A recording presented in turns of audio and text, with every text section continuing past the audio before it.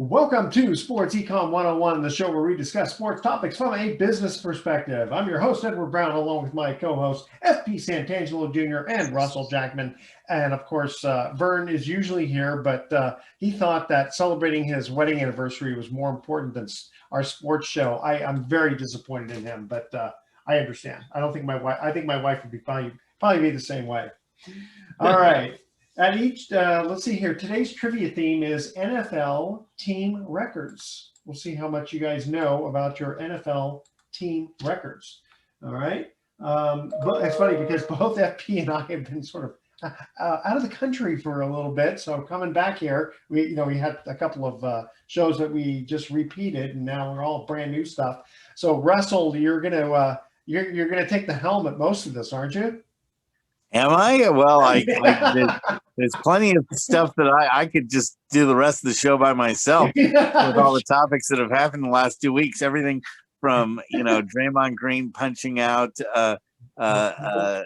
Jordan Poole, and then Jordan Poole getting a $140 million contract on that. I think that I'll get punched out for $140 million. Exactly. I think that was he probably got an extra 20 or 30 million just for tolerating Draymond Green for the next 3 years. I think he, if he stays healthy and keeps his head in the game, Jordan Poole, it looks like he'll be a superstar.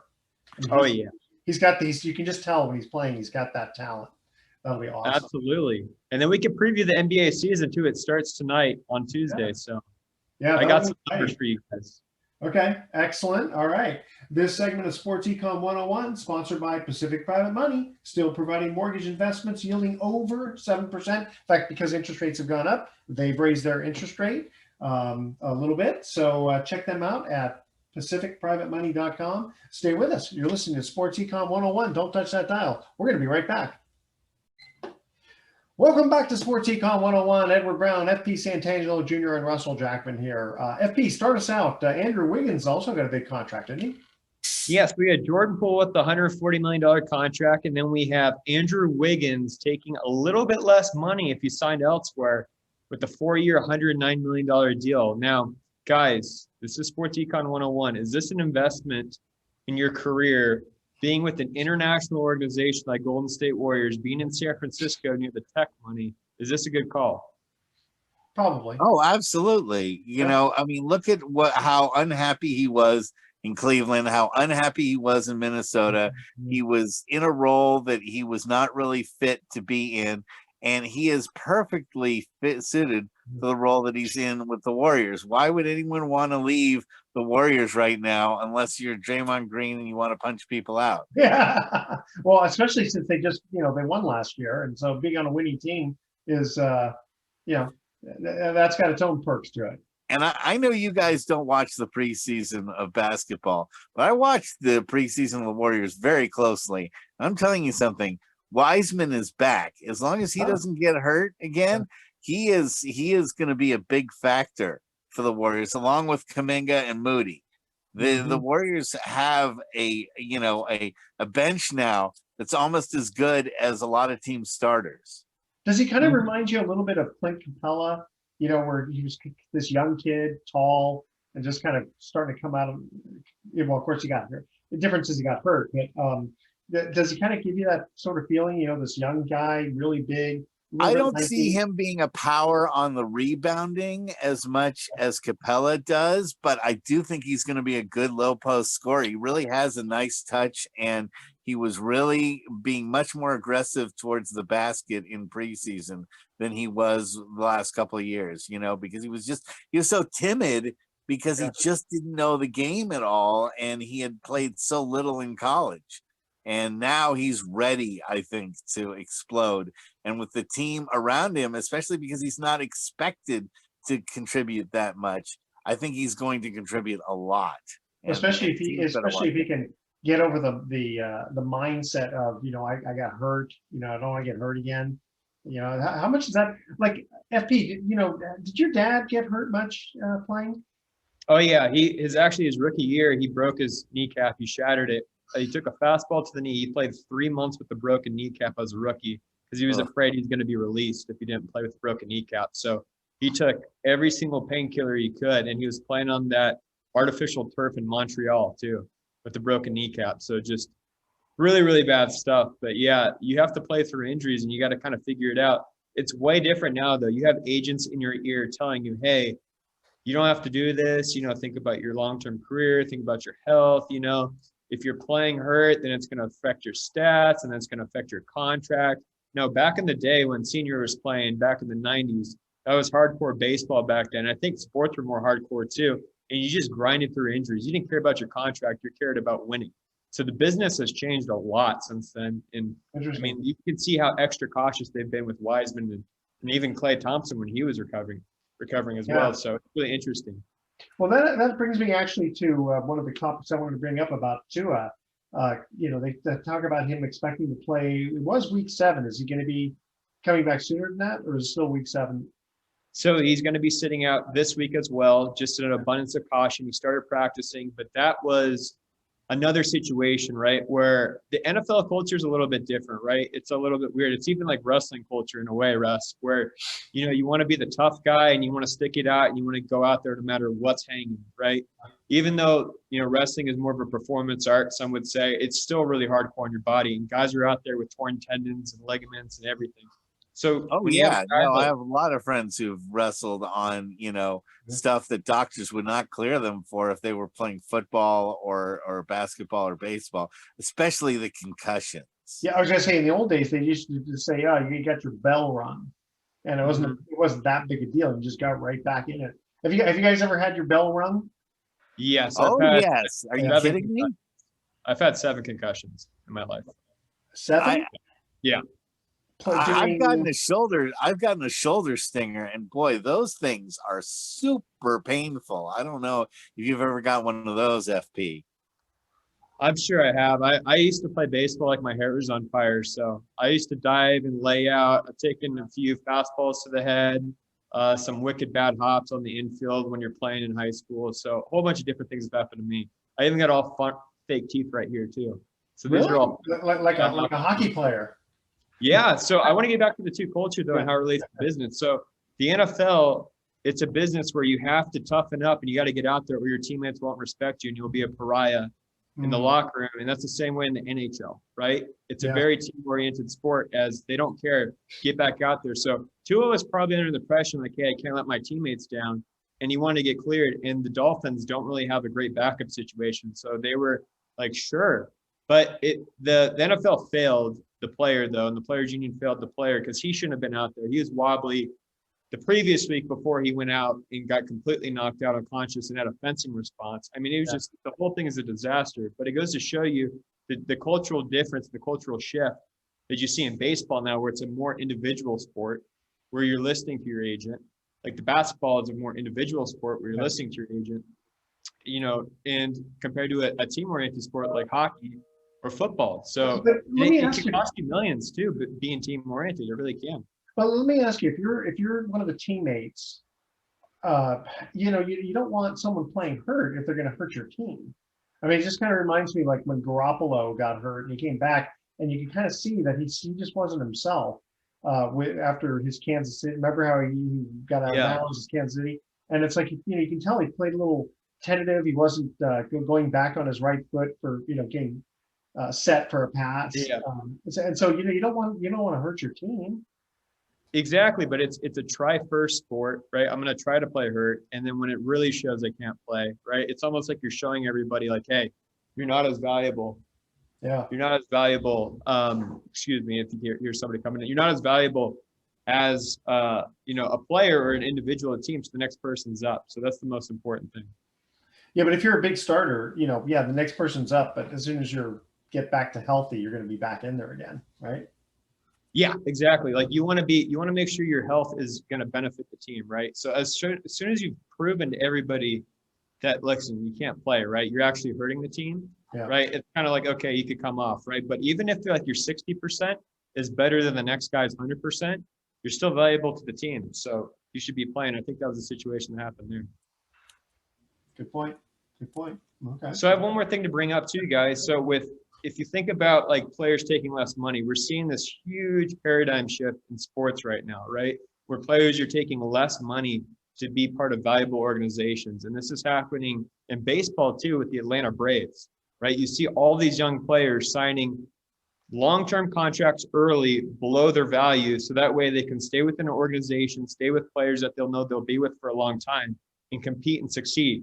Now, the Braves got knocked out. We can talk about playoff baseball next segment, but they have a young core that's going to be together for a long time, and they know they get treated well in Atlanta. They know the fan base is great. They know their families are taken care of there, and it's way more attractive than to go take money and go play for the Angels or also, I guess for a bad organization. You have to look at how much you're going to get too. I mean, if you're getting a pretty darn good contract like Wiseman, that's a lot of money.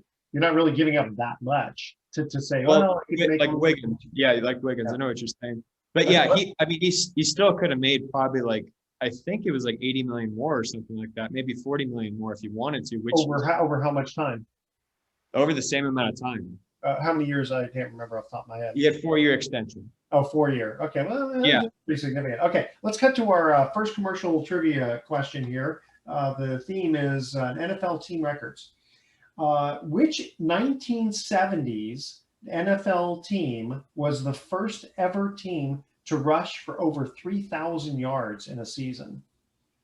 Which 1970s NFL team was the first ever team to rush for over 3,000 yards in a season? All right, okay. That's our trivia question. Stay with us. Sports Econ 101 will be right back. Don't touch that dial. Welcome back to Sports Econ 101. I'm Edward Brown, along with FP Santangelo Jr. and Russell Jackman. Our first trivia question: which 1970s NFL team was the first ever team to rush for over 3,000 yards in a season? Chicago Bears. No. Who was a big running back in the 1970s? I was going to say that was the Steelers. No, it was O.J. Simpson with the Buffalo Bill. It was the Buffalo Bills because he had like 2,200 of the yards. Yeah. Okay. All right. What's the next topic you want to bring up? I mean, we can stay on the NBA, then we can get into the MLB playoffs just real quick. So NBA season starts tonight. We have the 76ers in Boston, and then we have the Lakers at Golden State. The Warriors are going to be receiving their championship ring. I'm really excited to see what it looks like in preview. But I have the favorites this year and the over-under win totals. Guys, guess who the favorite is to win the championship this season? The Knicks. Oh, the Warriors. No. It is the Warriors and the Clippers. Yeah. They're tied at plus 600 odds across all platforms right now. And then you have the Celtics, Bucks, Nets, Sixers, Suns. And really, really funny is the Lakers have better odds than the Grizzlies. Now, the Grizzlies seem like a really good team, and they could get really frisky at the playoffs. So that's interesting to me. Maybe that's a good value. It's the LeBron factor. They just go with LeBron as a default. I think Memphis will have a much better season than the Lakers. Lakers are a mess. If LeBron and Davis get hurt like they usually do now, and they have no bench whatsoever, and they have just the minimal type of players to fit under the salary cap because they've given so much to Davis and so much to Westbrook and so much to LeBron James. Yeah, LeBron is how old now? 38? He's entering his 20th season tonight. 20. 2-0. Crazy. Absolutely crazy. Yeah. Now, he started when he was 18, but still, he started getting your years and miles are piling up. Yeah, really.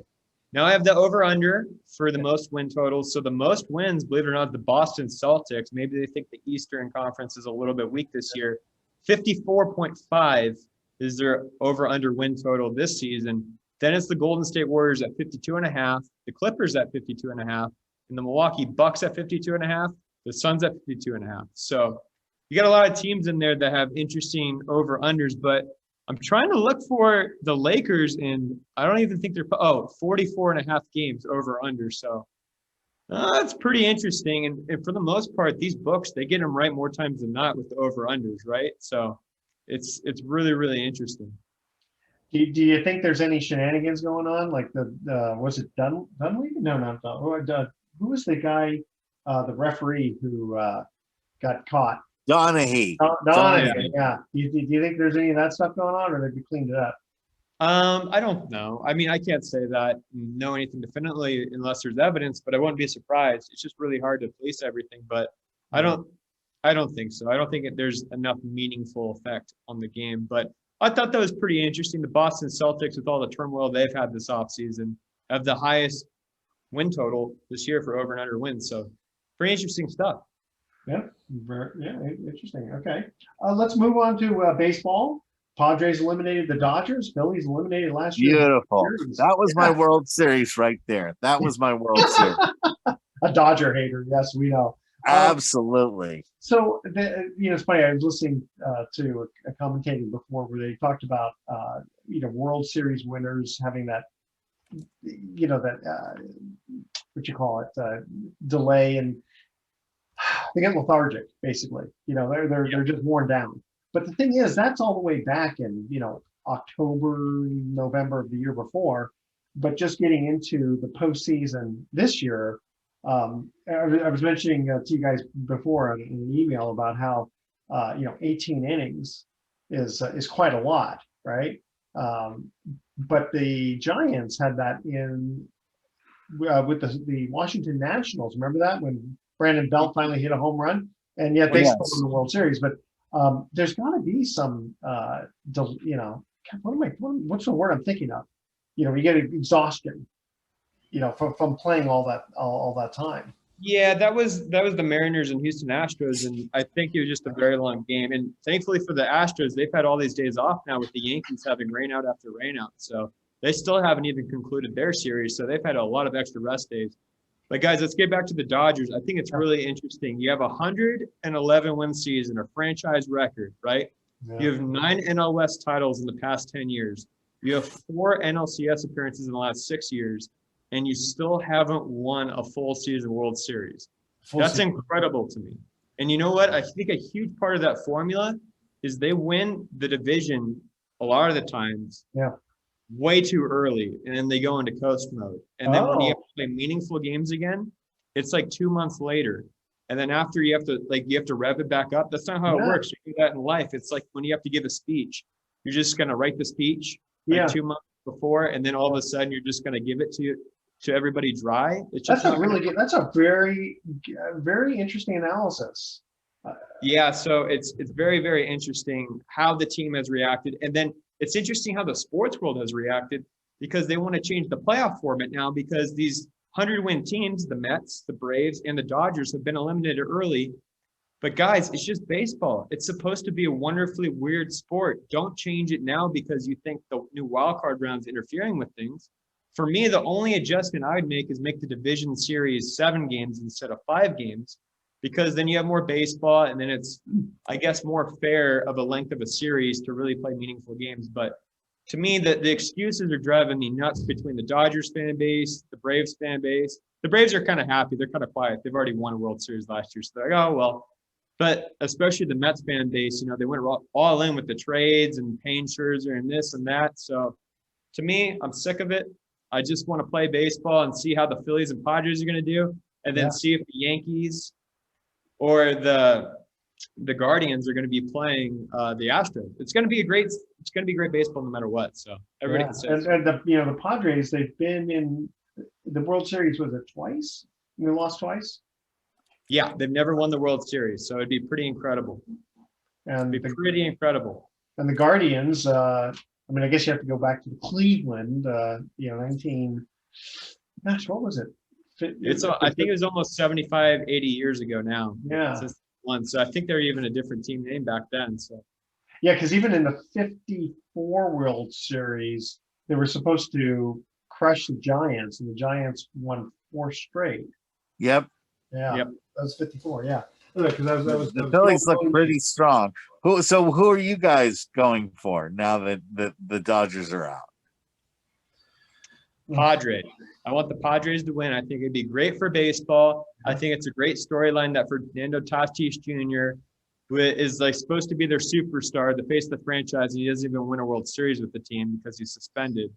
I think it'd be great for Juan Soto to have a young superstar win 2 rings early in his career, because now we can start talking about the GOAT talk of one of the greatest outfielders of all time early, right? He's got to win a few more rings before that. But you're starting to see like storylines develop if the Padres win, and I think it kicks everything into gear out on the West Coast just a little bit more too. I think the Giants are going to really have to spend if the Padres win. I think the Dodgers are going to do something even more ridiculous if the Padres win, because they can't have that, right? They can't have the little brother start winning all of a sudden. Well, you talk about like the GOAT. One of the things with baseball though is that, I was just thinking Willie Mays, right? He wins one World Series in 1954, early in his career. And only gets to the World Series, I think, once after that in 62. Actually, 73 with the Mets, but that didn't count. It was at the end of his career.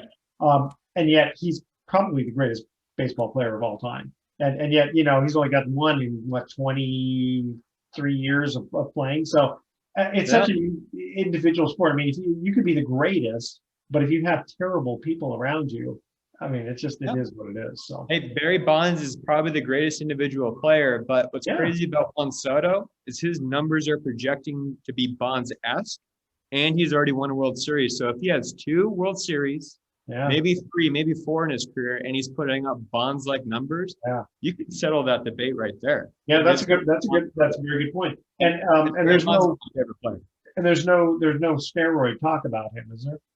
No. Okay. But I'm sure there's going to be a lot of historians that look back and be like, was he using buzzers? Was it the juice ball era? There's always a storyline that people want to pin on the era of baseball. So it is what it is. Well, that's true. I mean, if the actual baseball changed, I mean, again, I think back to the 67, 68 time when the mound was too high. Yeah. And so they lowered it because of the ERAs, Bob Gibson was like 1.1. And it's not that exciting for baseball when for most baseball fans, what do they say? Chicks dig the long ball, right? Yeah. If you're just seeing strikeouts and no perfect games, it's like, it's a little too boring. Hey, scoring is sexy in all leagues. And something that I wanted to bring up to you guys real quick is that scoring is down more than ever in the NFL. It's actually at an average of 3 points less per game right now, and the NFL is freaking out because defense is overtaking the sport, and ratings are down too. Which is interesting because they changed the rules a couple of years ago for pass interference. It's supposed to be favoring offense, and then all these pass interference calls and the roughing the passer. Yeah, but listen, hey, the guys are just getting more talented at defense, knowing what to do. That's great. There's also been a crazy number of injuries. Wouldn't you guys agree with that? Yeah. That's a good point. Okay, hey, we're getting to our second commercial trivia question on NFL team records. Which NFL team was the first to win 3 consecutive league championships twice? Which NFL team was the first to win 3 consecutive league championships twice? All right. If you can give us the years, that would be I'd be very impressed. All right. Stay with us. Sports Econ 101. We'll be right back. Welcome back to Sports Econ 101. One more time, I'm Edward Brown, your host, along with FP Santangelo Jr. and Russell Jackman. Our second Vern Free. Yeah, I know. Yeah. We would have loved that, Vern, but again, marriage, a happy wife, happy life. Okay. Yeah. Which NFL team was the first to win 3 consecutive league championships, and they did it twice? Green Bay. We both said Packers. We both said Packers. Very. Yeah.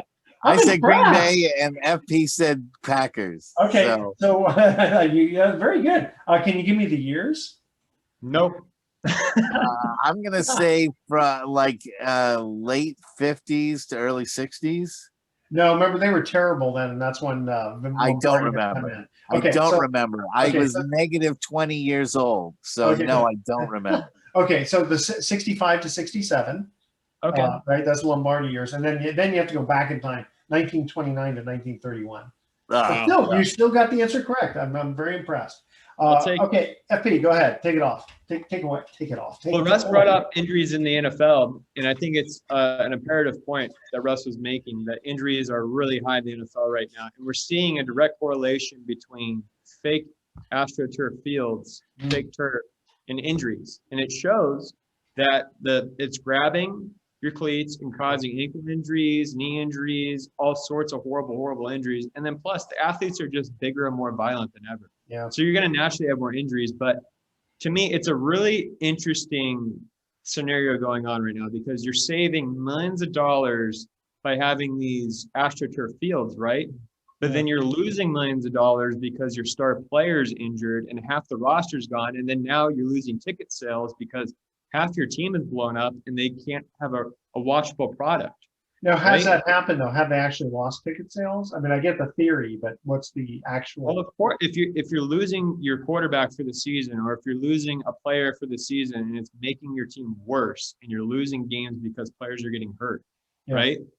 I mean, it just makes logical sense that you're losing money at the end of the day. But aren't there teams like the Packers, let's say, that sell out all the time, or the Patriots? Maybe not now, but they did. Of course, and they don't have AstroTurf fields, so I think the Patriots might actually, but I know the Packers don't. So it's interesting to me, like, why wouldn't you just spend a few extra, however much it is, maybe $3 million a season to procure a field that's going to reduce injuries, reduce your damage on your investment, essentially, right? You're paying hundreds of millions of dollars in cases of some of these athletes, right? Cost benefit analysis, Cost benefit analysis. No, that's very good. Is there something they can do with the field? I mean, I remember AstroTurf. It used to be even worse. It was like playing on cement. Now they got all this, all these like tires with the black part. You can see it pop up. I mean, I'm wondering what else they could do to try to make the AstroTurf better. Well, 49ers tight end George Kittle has been spearheading this initiative, and he has a petition with all the players to the NFL and the Owners Association to just try to get natural grass, because it shows that natural grass digs up when there's a violent move on normal grass, right? Like your legs kick up underneath you, which is natural, right? You fall more naturally. You don't get caught in these awkward positions when you're making explosive movements. So to me, this is a no-brainer. I don't understand why. I don't think Gavin Newsom would like that, though, because it'll take up too much water for the California teams. You know, it's funny too, because the 49ers, they actually have actual grass, right? So they practice on grass, and maybe this is another factor too. They practice on grass, they play games like grass, and then they play on AstroTurf and get hurt. Wow. So maybe the movements that they're making on grass, right, is not correlating to AstroTurf, and maybe that's another whole thing you can open up. But it's super interesting to me. Yeah, it is. Like, it seems like a no-brainer.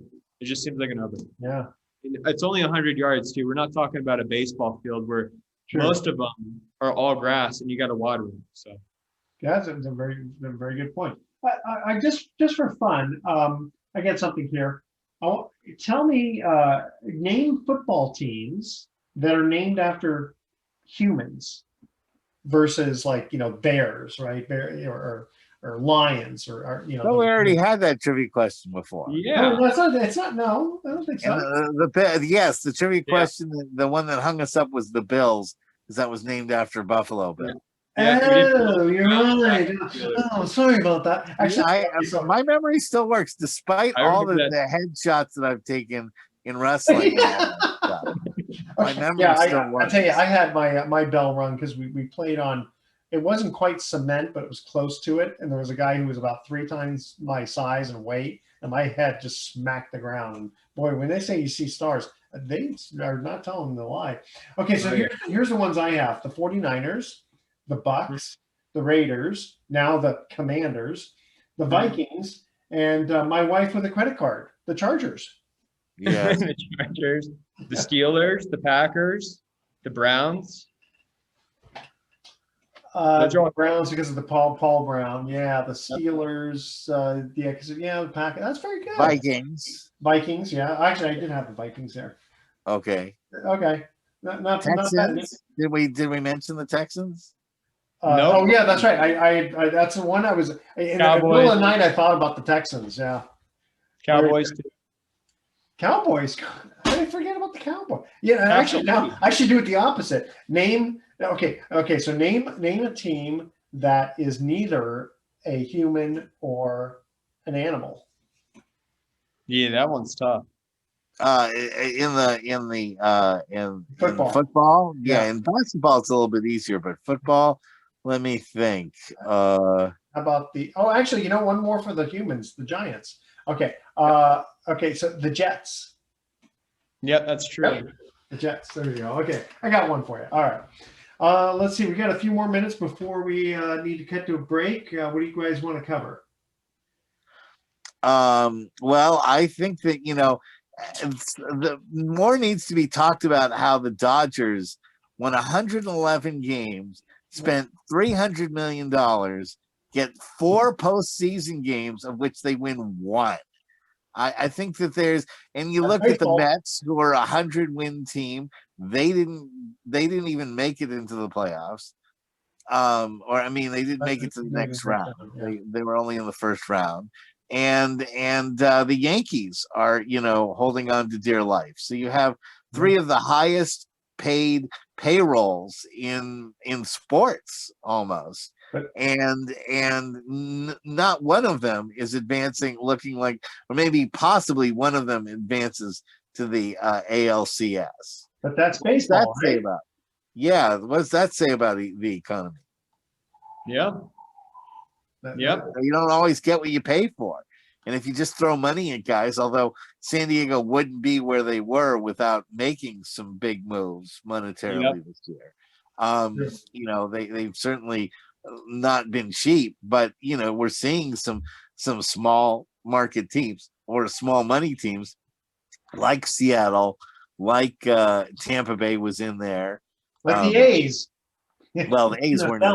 Yeah. It's funny. My dad was a big Brooklyn Dodgers fan, and he hated the Yankees, and mostly because he said, they just buy their championships, and they kind of did. Yeah. Hey, to an extent, it does work. It gets you in the dance, and it helps put butts in the seats to buy superstars. So you're actually cost-benefit analysis. It actually pays off to pay these contracts, right? You get people to come to your games, but doesn't mean you're going to win it all. The last thing real quick too, I saw this just scroll by on the ticker. Shohei Ohtani went back to Japan and told media he's not really happy in Los Angeles with the Angels. So I think San Francisco. We might have one of the biggest trades happen maybe in sports history since Babe Ruth happened this offseason. Oh my God. But where's he going to is he not happy in the United States or just Los Angeles? Just with the Angels. He's not happy with the organization. Wow. Yeah, come to San Francisco. San Francisco will take him. That'll be the big contract. Oh, I mean, he's going to be. Well, what about Judge? Well, yeah, it's funny. I was thinking when you mentioned about selling tickets and all that, how many Judge jerseys are out there? Well, I think we need to clarify that Ohtani would be a trade, right? So you wouldn't have to sign him to a contract. It's a trade, right? He's still a lot of money in arbitration, right? But it doesn't go towards the cap. And then Judge would be a contract. So you sign Judge, you trade for Ohtani, which means theoretically a team could get both if they wanted to. Wow. Yeah, but Ohtani is the only two-way player since Babe Ruth, if you think about it. And he's way better than Babe Ruth. So this will be maybe the biggest trade since Kevin Durant, or biggest signing or biggest acquisition since Kevin Durant to a team. I don't know. This should be huge, guys, for baseball. It's going to be the top of the town. Now, I know it's really early because you just read it, but has he said why he's unhappy, or is it just the fact they're not winning? He just said to the lines of he has a negative taste in his mouth after leaving Los Angeles in the 2022 season. And, they made a lot of poor decisions, and the Angels are in the middle of changing ownership. They're going to sell off the team. So maybe he doesn't want a new boss. Maybe he's sick of it. Maybe he just wants to move on. Maybe he wants to go across town to the Dodgers. Maybe he wants to go up to San Francisco. Heck, maybe he wants to go to the Yankees or Mets. What about Japan? I mean, you said he's going back to Japan. Is that just to No. He lives there in the off season. Oh, gotcha. Okay. Yeah, so he lives in Japan in the off season. So when he goes back, he just goes back home in the off season and comes back. Because the money comparative would be nothing. Like they make way more money here in the United States playing baseball than in Japan. So. Yeah.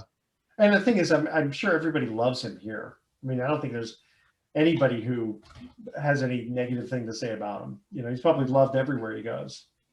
Yeah, I mean, it's a tough cultural transition, though, to the United States. I mean, for everybody that plays from foreign to coming here, whether it's Japan, Korea, the Dominican Republic, Puerto Ricans, like everybody, Puerto Rico. True. It's a tough transition. In the 60s, I would have loved to have seen Sadahara O come to the United States. You know, I mean, what he had hit like 820 home runs or something. I don't know how the fences were. You know how big the fields were, but yeah, he was the man in Japan.